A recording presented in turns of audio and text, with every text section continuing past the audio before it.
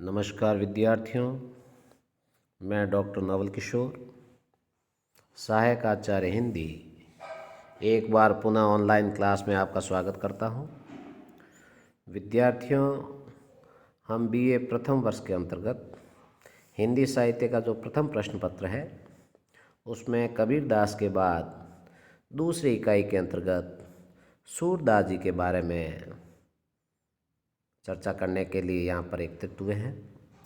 हमने पिछले कालांश में सूरदास जी का व्यक्तिगत जीवन और साथ ही साहित्यिक योगदान और काव्यगत विशेषताओं के बारे में चर्चा की। आज हम यहाँ पर हमारे पाठ्यक्रम में सूरदास जी के जो पद दिए गए हैं उन पर चर्चा करने के लिए या उनका भावार्थ जानने के लिए इकट्ठे हुए हैं। विद्यार्थियों, सूरदास जी के वैसे तो आपके पाठ्यक्रम में काफ़ी पद दिए गए हैं, लेकिन हमारे पाठ्यक्रम में पद संख्या 23 से लगाकर जो भ्रमर गीत सार का अंश दिया गया है उसमें पद संख्या 23 से लगाकर 52 तक जो पद हैं वे ही पाठ्यक्रम के अंतर्गत हैं। इसके अलावा जो पद दिए गए पहले 22 पद वे हमारे पाठ्यक्रम में शामिल नहीं हैं, इसलिए हम सूर के उन्हीं पदों पर चर्चा करेंगे जो हमारे पाठ्यक्रम में दिए गए। तो हम सीधे 23वें पद की ओर चलते हैं और 23वें पद में देखो, यहाँ पर भ्रमर गीत सार के अंतर्गत गोपी और उद्धव का संवाद बताया गया है। गोपियों से आप सभी भली भांति परिचित हैं। श्री कृष्ण इन्हीं गोपियों के साथ ब्रिज में क्रीड़ाएं करते थे और जब वे वहाँ से मथुरा चले गए तब अपने मित्र उद्धव को उन्होंने यहाँ पर गोपियों को ज्ञान का और योग का पाठ सिखाने के लिए, उनकी शिक्षा देने के लिए भेजा। तब यहाँ पर उद्धव और गोपियों के संवाद में क्या चर्चा चल रही है, इसी को लेकर सूरदास जी ने अत्यंत ही सरस और मधुर वाणी में अपनी भाषा में, जो उनकी ब्रज भाषा है, उसमें चित्रण करते हुए क्या कहा है, इसी को यहाँ पर हम देखते हैं। पहला पद देखें कि आयो घोष बड़ो व्यापारी, लादी खेप गुण ज्ञान जोग की ब्रज में आय उतारी। कौन आया है? आपको पता है, उद्धव आए हैं। कहाँ हैं? घोष बड़ो व्यापारी, बहुत बड़ा व्यापारी आया। घोष, घोष से तात्पर्य है अहीरों की बस्ती। आपको पता हो कि जो गोपियाँ थी वो अहिर जाति की थी। अहिर जाति जो है वो समाज में उस समय निम्न श्रेणी, नीचे कुल की मानी जाती थी। और लादी खेप गुण ज्ञान जो की, खेप से तात्पर्य है माल की खेप। कौन सा माल लाए हैं? ज्ञान और जोग। ज्ञान, जोग से तात्पर्य योग। और कहाँ ला के उतारी है ये माल की इन्होंने गठरी? ब्रज में आय उतारी, ब्रज में आकर उतार दी है। तो यहाँ पर गोपियाँ आपस में उद्धव के बारे में क्या कह रही है, व्यंग्य करती हुई?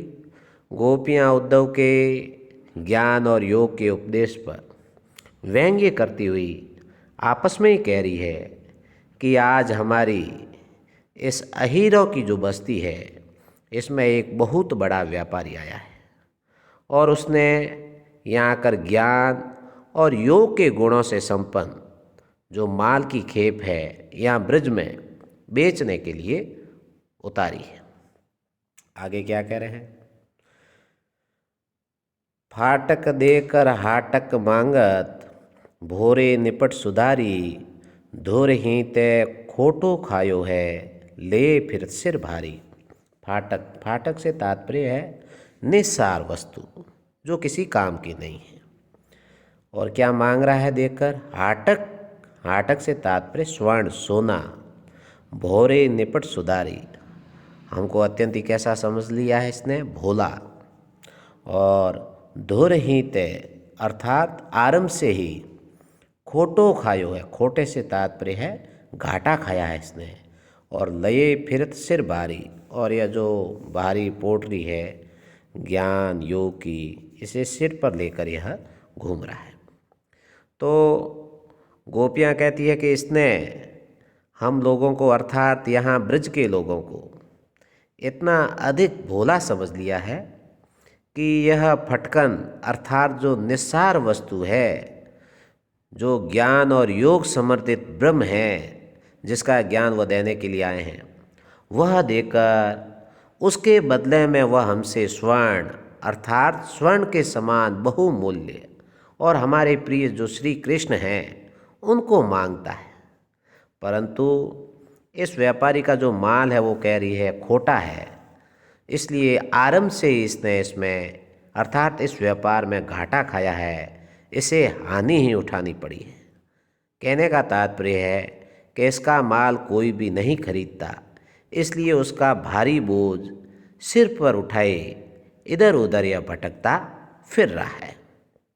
आगे क्या कह रही है कि इनके कए कौन डहकावे, ऐसी कौन अजानी, अपनी दूध छाड़ी को पीवे खार कूप को पानी। इनके कहे कौन डहकावे, डहकावे से तात्पर्य ठगाई, और ऐसी कौन अजानी, अजानी से तात्पर्य अज्ञानी। अपनी दूध छाड़ी को, दूध से तात्पर्य समझ गए, पीवे खार कूप को, खार से तात्पर्य खारे कुएं का पानी। तो गोपियाँ कह रही है कि यह जो व्यापारी है इसका माल यहाँ पर कोई नहीं खरीदता, इसलिए इधर उधर भटकता फिर रहा है। और यहाँ ब्रज में ऐसा कौन अज्ञानी है जो इसकी बातों में आकर धोखा खा जावे, अर्थात इसका माल खरीद ले। अपने घर का मीठा दूध त्याग कर ऐसा कौन मूर्ख है जो खारे कुएं का पानी पिए। तो यहाँ पर सूरदास जी ने गोपियों के माध्यम से ज्ञान और योग को तो खारे कुएं के पानी के समान बताया है, और जो सगुण श्री कृष्ण हैं उनको यहाँ पर उन्होंने दूध के समान जो मीठा है उसकी उपाधि दी है। तो सूरदास जी का जो मुख्य ध्येय है विद्यार्थियों, वो भी यही है कि उस समय जो निर्गुण और सगुण दो काव्य धाराएँ थी, उसमें वे सगुण का समर्थन करते हैं, मंडन करते हैं, और जो निर्गुण हैं उसका वे खंडन करते हैं, विरोध करते हैं, और यही उनका प्रमुख ध्येय भी है। आगे सगुण का मंडन करते हुए और निर्गुण का खंडन करते हुए वे क्या कहते हैं देखिए। गोपियाँ कह रही है कि ऊधो जाहू सवार यहाँ ते, बेगी गहरू जनि लावो, और मुँह मांग्यो पे हों सूरज प्रभु साहु यानी दिखाओ।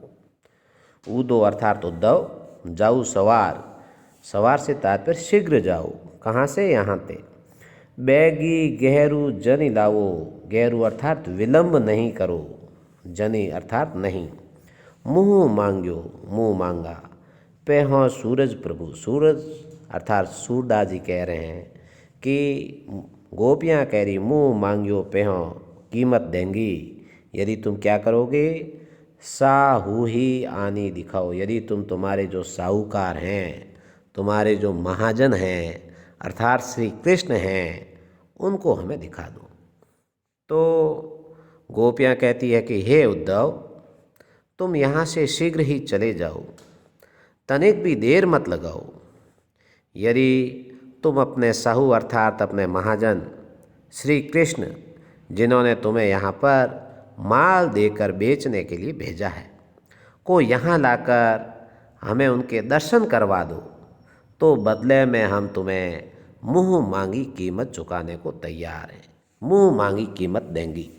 इस प्रकार से पूरे पद में हम देखते हैं विद्यार्थियों कि सूरदास जी ने सगुण का यहाँ पर मंडन और निर्गुण का खंडन गोपियों के मुख से अत्यंत ही सुंदर शब्दों के माध्यम से किया है। अब हम अगले पद की तरफ बढ़ते हैं। जोग ठगोरी ब्रज न बिके। इसमें क्या कह रहे हैं देखिए। जोग ठगोरी ब्रज न बिके, यह व्यापार तिहारो उधो, ऐसो ही फिरी जहे। ठगोरी से तात्पर्य ठगी। ब्रज न बिके, ब्रज में बिकेगा नहीं। यह व्यापार तिहारो उदो ऐसो ही फिरी जेहि। गोपियाँ उद्धव के ज्ञान और योग पर व्यंग्य करती हुई उनसे कह रही है कि हे उद्धव, तुम्हारा जो यह ठगी और धूर्तता से भरा हुआ सौदा है, अर्थात जो ज्ञान और योग तुम यहाँ सिखाने आए हो, यहाँ ब्रिज में कहीं भी नहीं बिक सकेगा। तुम्हारा जो यह माल है यहाँ से ऐसा ही लौटा दिया जाएगा, इसे यहाँ से कोई भी नहीं खरीदेगा। और आगे कह रही है कि आप ले आए हो मधुकर, ताके उर न समय है, दाक छाड़ी के कटुक निबोरी को अपने मुँह खे।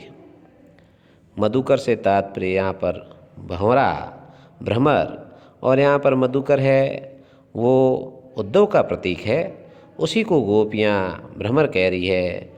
ताकि उर न समय, उससे तात्पर्य हृदय में, समय से समाना, और दाग छाड़ी के दाग को छोड़कर, कटुक निबोरी, कड़वी निबोरी, को अर्थात कौन, अपने मुख के, अपने मुख से खाएगा। तो गोपियाँ कहती है कि तुम जिसके लिए यह माल लाए हो उसके हृदय में समा न सकेगा, क्योंकि यह तो अत्यंत विशाल है, अर्थात वह इसे पसंद नहीं करेगा। ऐसा कौन मूर्ख है जो अपने मुख से दाग अर्थात अंगूर को खाना छोड़कर जो कड़वी निबोरी है उसको खाएगा। और आगे कह रही हैं, मूरी के पातन के केना को मुक्ता हल्दे है, सूरदास प्रभु गुण ही छाड़ी के को निर्गुण निबेहे।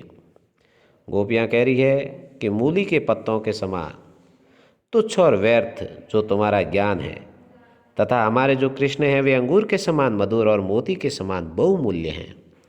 तो ऐसा कौन है जो संपूर्ण गुणों के भंडार सगुण जो हमारे प्रभु श्री कृष्ण हैं उनको छोड़कर गुणहीन निर्गुण के साथ अपना निर्वाह करेगा, अर्थात तो उसकी उपासना करेगा। इस प्रकार से दोनों ही पदों में यहाँ पर सूरदास जी ने गोपियों के मुख के माध्यम से निर्गुण का खंडन और सगुण का मंडन सटीक शब्दों में किया है। आज के लिए हम इतना ही। अब अगले कालांश में हम अगले पदों पर चर्चा करेंगे।